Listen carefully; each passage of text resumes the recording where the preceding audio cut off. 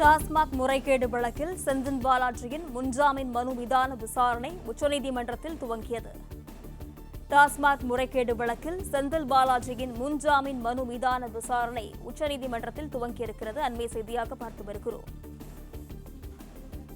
டாஸ்மாக் முறைகேடு வழக்கில் செந்தில் பாலாஜியின் முன்ஜாமீன் மனு மீதான விசாரணை உச்சநீதிமன்றத்தில் துவங்கியிருக்கிறது.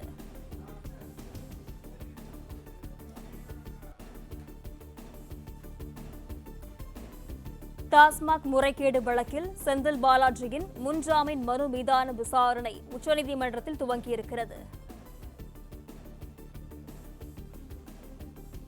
விசாரணைக்கு ஒத்துழைக்காமல் இழுத்தடிப்பவர் செந்தில் பாலாஜி என்று தமிழ்நாடு அரசு தரப்பில் தெரிவிக்கப்பட்டிருக்கிறது.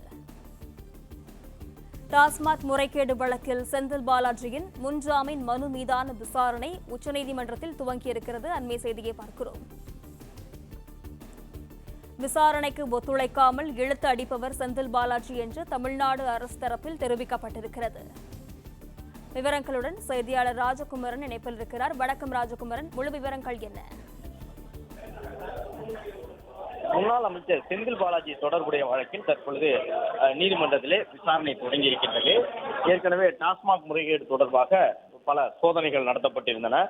முன்னாள் அமைச்சர் செந்தில் பாலாஜிக்கு எதிராக அந்த வழக்கின் விசாரணை செல்லக்கூடிய நிலையிலே கைது நடவடிக்கையிலிருந்து தப்புவதற்காக செந்தில் பாலாஜி முன்ஜாமீன் கோரி உச்சநீதிமன்றத்தை நாடியிருந்தார். நேற்றைய தினம் சென்னை உயர்நீதிமன்றம் அவருடைய முன்ஜாமீன் மனு தொடர்பான கோரிக்கையை ஏற்க மறுத்திருந்தது. இத்தனைக்கும் மூத்த நீதிபதிகளே ஆஜராகி வாதங்களை முன்வைத்திருந்தார்கள். கபில் சிபல் உள்ளிட்ட முகுல் ரோத்தகி போன்ற மூத்த வழக்கறிஞர்கள் நேற்று உயர்நீதிமன்றத்தில் செந்தில் பாலாஜிக்காக ஆஜராகி இருந்தார்கள். ஆனாலும் கூட அவருக்கு முன்ஜாமீன் வழங்குவதற்கு உயர்நீதிமன்றம் ஒப்புதல் தரவில்லை. இந்த நிலையில் தான் உச்சநீதிமன்றத்தில் இந்த மனுவை செந்தில் பாலாஜி தரப்பு தாக்கல் செய்திருந்த நிலையில் இப்பொழுது விசாரணை தொடங்கியிருக்கின்றது. தமிழ்நாட்டில் நடந்த டாஸ்மாக் முறைகேட்டு வழக்கில் 1000 கோடி ரூபாய் அளவிற்கு முறைகேடு நடந்திருப்பதாக குற்றச்சாட்டுகள் எழுந்திருக்கின்றன. 2022 முதல் இந்த 25 வரையிலான காலகட்டத்திலே டாஸ்மாக் மதுபானம் கொள்முதல் செய்யப்பட்டது, விநியோகம் செய்யப்பட்டது, டாஸ்மாக் மது பாட்டில்கள் போக்குவரத்து மூலமாக கொண்டு செல்லப்பட்டதிலே பல முறைகேடுகள் நடந்திருப்பதாகவெல்லாம் குற்றச்சாட்டுகள் எழுந்திருந்தன. இந்த நிலையில் தான் தற்பொழுது இந்த ஒரு வழக்கின் விசாரணை தொடங்கி இருக்கின்றது. தமிழ்நாடு அரசு தரப்பிலே வழக்கறிஞர் குரு கிருஷ்ணகுமார் ஆஜராகி வாதத்தை முன்வைத்திருந்தார். 2021 முதல் 25 காலகட்டத்திலே செந்தில் பாலாஜி தான் அமைச்சராக இருந்தார். அவர்களுடைய ஆட்சி நடைபெற்றது. அந்த சமயத்தில் தான் அவர் அமைச்சராக இருந்த நிலையில் வழக்கு பதிவு செய்ததை தடுத்திருந்தார் என்ற ஒரு கருத்தை சொல்லியிருக்கின்றார்கள்.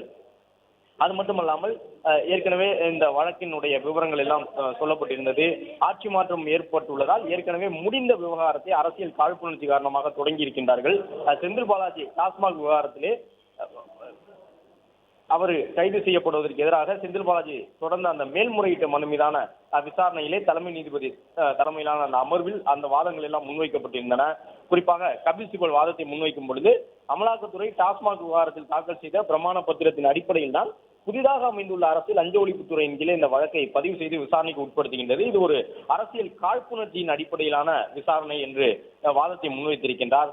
அதே நேரம் தமிழ்நாடு அரசு தரப்பில் வாதத்தை பொறுத்தவரை கடந்த ஆட்சியில் நடந்த தவறுக்கு தற்பொழுது புதிதாக அரசு அமைந்தவுடன் எந்த நடவடிக்கையும் எடுக்கக்கூடாது என எந்த சட்டமும் சொல்லவில்லை. இவர்கள் ஆட்சி காலத்தில் நடந்த தவறுகள் மூடி மறைத்தார்கள். தற்பொழுது புதிதாக அரசு அமைந்திருக்கக்கூடிய நிலையில் அவற்றையெல்லாம் விசாரிக்க நினைக்கின்றது என்ற ஒரு கருத்தை சொல்லியிருக்கின்றார். அதே நேரம் தமிழ்நாடு அரசு தரப்பில் மூத்த வழக்கறிஞர்கள் ஆஜராகி வாதங்களை முன்வைத்திருந்த நிலையிலே விசாரணை விவகாரங்களில் செந்தில் பாலாஜி தடையில்லாமல் இருக்க உரிய உத்தரவை பிறப்பிக்கின்றோம், அவர் விசாரணைக்கு ஒத்துழைப்பதையும் உறுதி செய்கின்றோம் என்கின்ற ஒரு கருத்தோடு இந்த தரப்பு, அதாவது தமிழ்நாடு அரசு தரப்பு வழக்கறிஞர்களுடைய வாதத்தை கேட்ட நீதிபதிகள் தங்கள் கருத்தை சொல்லியிருக்கின்றார்கள். அதே போன்று செந்தில் பாலாஜியை கைது செய்வதற்கான ஒரு இடைக்கால தடை உத்தரவு பிறப்பிக்கப்பட்டிருக்கின்றது. டாஸ்மாக் முறைகேடு விவகாரத்தில் செந்தில் பாலாஜிக்கு முன்ஜாமீனும் கிடைத்திருக்கின்றது. ஏற்கனவே உயர்நீதிமன்றத்தை அவர்கள் நாடியிருந்த நிலையில் அவர்களுக்கு உரிய தீர்ப்பு கிடைக்கவில்லை. இந்த நிலையில் தான் செந்தில் பாலாஜி உச்சநீதிமன்றத்தை நாடியிருந்தார், ஒரு வாதத்தை முன்வைத்திருந்தார். ஏற்கனவே கடந்த ஆட்சி காலத்திலே அமலாக்கத்துறை வழக்கு பதிவு செய்திருந்தது. அந்த வழக்கை கையில் வைத்துக் கொண்டு புதிதாக அமைத்திருக்கக்கூடிய இந்த அரசு இப்பொழுது ஒரு விசாரணையை தொடங்கி இருக்கின்றது. ஒரு அரசியல் காழ்ப்புணர்ச்சி கொண்ட வழக்கு என்பதாக செந்தில் பாலாஜி தரப்பில் வாதத்தை முன்வைத்தார். தமிழ்நாடு அரசு தரப்பில் ஆஜராகி இருந்த வழக்கறிஞர்கள் சொல்லும் பொழுது கடந்த ஆட்சியிலே அவர் அமைச்சராக இருந்தார். பெரும்பான்மை நாட்களில் 2021 முதல் 25 வரையிலான காலகட்டத்தில் தான் இவ்வளவு முறைகேடு டாஸ்மாகில் நடைபெற்றது. அமைச்சராக இருந்தவர் தனக்கு எதிராக எந்த விசாரணையும் நடைபெறாமல் பார்த்துக் கொண்டார். அந்த காலகட்டத்தில் இவர்கள் செய்த தவறை மூடி மறைத்து விட்டார்கள். எனவே புதிய அரசு அமைந்திருக்கக்கூடிய சூழ்நிலையில் அதை நாங்கள் விசாரிக்கின்றோம்.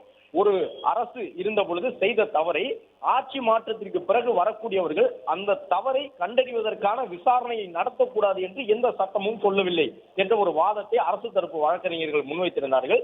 அதே நேரம் இரண்டு தரப்பு வாதத்தையும் கேட்ட நீதியரசர் அவர்கள் விசாரணை விவகாரங்களில், அதாவது அவர் செல்வாக்கு செலுத்தி விடுவார், வெளியில் இருந்தால் விசாரணை பாதிக்கப்பட்டு விடும் என்பதாகவெல்லாம் வாதங்கள் முன்வைக்கப்பட்ட நிலையிலே விசாரணையிலே செந்தில் பாலாஜி தடையிடாமல் இருக்கும் வகையிலே உரிய உத்தரவை நாங்கள் பிறப்பிக்கின்றோம்.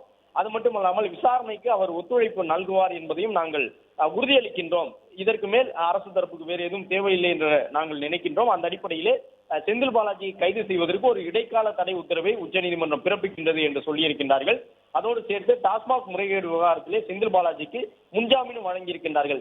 ஏற்கனவே ஒரு பக்கம் தாவேகா அரசை கவிழ்ப்பதற்காக உத்திரைபேரத்தில் ஈடுபட்டார் என்ற அடிப்படையிலே முதல் தகவல் அறிக்கையில் செந்தில் பாலாஜியின் பெயரும் இடம்பெற்று அவர் காவல் நிலையம் சென்று கையெழுத்திட வேண்டும் என்ற அடிப்படையில் அவருக்கு நிபந்தனையுடன் கூடிய ஜாமீன் வழங்கப்பட்டிருக்கின்றது. இந்த நிலையில் தமிழ்நாடு அரசினுடைய கட்டுப்பாட்டில் இருக்கக்கூடிய லஞ்ச ஒழிப்புத்துறை 2021-25 காலகட்டத்தில் டாஸ்மாகிலே அமைச்சராக இருந்த செந்தில் பாலாஜி பல்வேறு முறைகேடுகளை செய்திருக்கின்றார். முறைகேடுகளுக்கு துணை போயிருக்கின்றார்.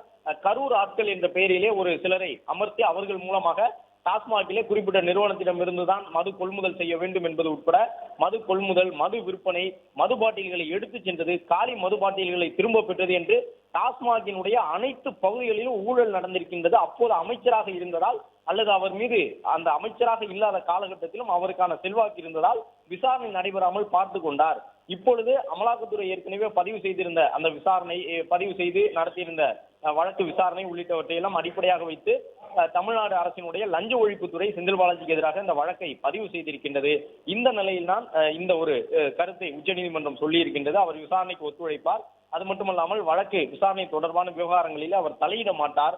அந்த ஒரு அடிப்படையிலே நாங்கள் தற்பொழுது இந்த இடைக்கால உத்தரவை பிறப்பிக்கின்றோம். செந்தில் பாலாஜியை கைது செய்வதற்கான இடைக்கால தடை பிறப்பிக்கப்படுகின்றது. அது மட்டுமல்லாமல் முன்னாள் அமைச்சர் செந்தில் பாலாஜிக்கு இந்த டிவிஎஸ்சி தொடர்ந்து இருக்கக்கூடிய டாஸ்மாக் முறைகேடு தொடர்பான வழக்கில் முன்ஜாமீனும் வழங்கப்பட்டிருக்கின்றது. எனவே உடனடியாக அவர் கைதாவதற்கான வாய்ப்பு இல்லை. இதன் மூலமாக இனிமேல் திருவல்லிக்கேணி காவல் நிலையத்திற்கு நாள்தோறும் செந்தில் பாலாஜி செல்வதில் எந்த தடையும் இருக்காது என்று எதிர்பார்க்கப்படுகின்றது. ஏனென்றால் நேற்று அவர் காவல் நிலையம் செல்லவில்லை. நிபந்தனை ஜாமீனில் இருக்கக்கூடியவர் குறிப்பிட்ட காவல் நிலையத்திற்கு சென்று கையெழுத்திடாமல் தலைமறைவாக இருந்தால் அந்த நிபந்தனை ஜாமீன் உடனடியாக ரத்து செய்யப்பட்டு வாரண்ட் பிறப்பிக்கப்பட்டு கைது செய்யப்படுவார்கள். எனவே செந்தில் பாலாஜி வாரண்ட் பிறப்பிக்கப்பட்டு கைது செய்யப்படுவாரா என்று எதிர்பார்க்கப்பட்ட நிலையில் இந்த வழக்கில் அவருக்கு கைது செய்வதற்கான தடை வந்திருக்கின்றது. இடைக்கால தடையாக அந்த உத்தரவை பிறப்பித்திருக்கின்றார்கள். செந்தில் பாலாஜி உடனடியாக கைது செய்யக்கூடாது என்று டாஸ்மாக் வழக்கில் சொல்லப்பட்டிருக்கின்றது. எனவே அவர் ஏற்கனவே சென்று நிபந்தனை ஜாமீனில் கையெழுத்து போட்டு வரக்கூடிய திருவல்லிக்கேணி காவல் நிலையத்திற்கு இனி தொடர்ந்து செல்வதற்கான வாய்ப்பு இருக்கின்றது. இந்த வழக்கு தொடரப்பட்டு அவருக்கு கைது செய்யப்படுவதற்கான சூழல் இருந்ததன் காரணமாகவே காவல் நிலையத்திற்கு செல்லாமல் செந்தில் பாலாஜி தவிர்த்து வந்தார். அதன் தொடர்ச்சியாகத்தான் காவல்துறை அவருடைய முன்ஜாமீனை ரத்து செய்வதற்கான நடவடிக்கையில் உயர்நீதிமன்றத்தை நாடக்கூடும் என்றெல்லாம் எதிர்பார்க்கப்பட்டது. பிளே ஸ்டோர் மற்றும் ஆப் ஸ்டோரில் இருந்து பாலிமர் செயலியை QR கோடு மூலம் பதிவிறக்கம் செய்யுங்கள். செய்திகளை உடனுக்குடன் பெறுங்கள்.